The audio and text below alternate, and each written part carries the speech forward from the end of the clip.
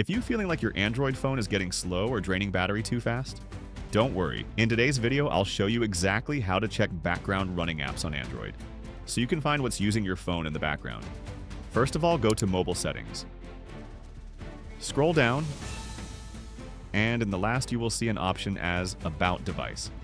Go there. Press on Version. Tap 5 times on Build Number and Developer Mode will be enabled in our mobile. Go back, and here go to Additional Settings.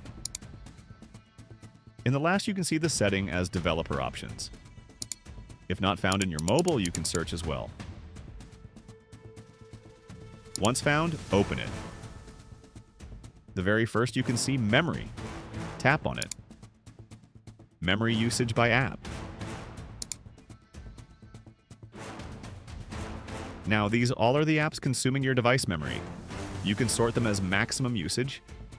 Now you can clean, uninstall unnecessarily apps, or clear cache data to improve your mobile performance.